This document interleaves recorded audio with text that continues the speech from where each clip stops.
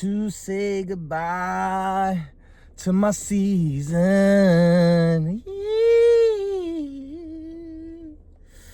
That's how I'm feeling this morning, man. We had our fate in our own hand, man.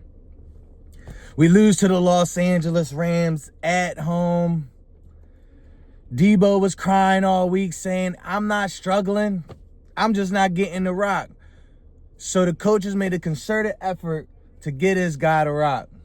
He still wasn't getting no yardage, not any significant yardage, not no game-defining plays or anything like that. The one time when they had him on a crossing route, which would have been a walk-in touchdown, main man drops the ball wide open, just drops it.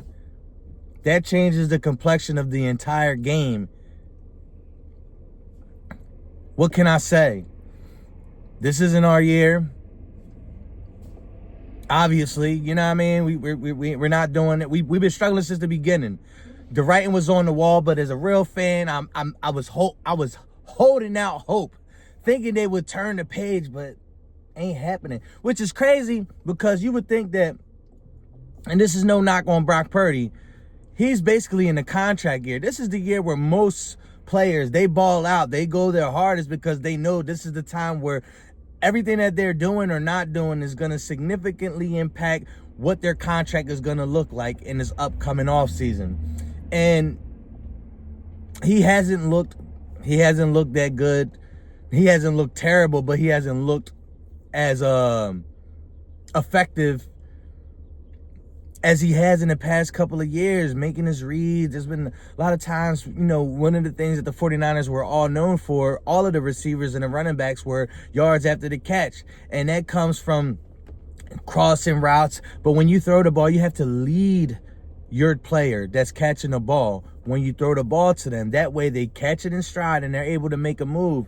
This year, I've seen players tell him yo, throw it in front of me, specifically Debo.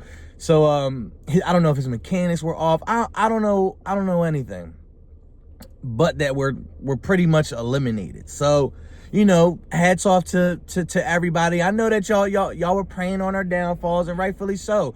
We've been beating y'all down for years and years and years. You Eagles fans, you Rams fans, you Seahawks fans that seemingly came out of the woodwork, we're going to be coming back. It's all right to kick us while we're down because we've been kicking your teeth in for the last 5 years. So y'all gloat here today. And unless this turns into a Super Bowl for y'all about as good as we are. So y'all can kiss my rear end.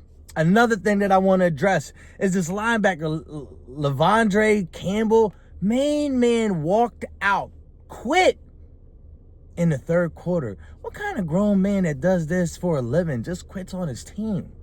What? I seen when Andrew Luck wasn't even playing. He was just like, man, this is it. Then I forget what team. I think it might have been for the Pittsburgh Steelers or somebody like that, where the guy just retired mid-game.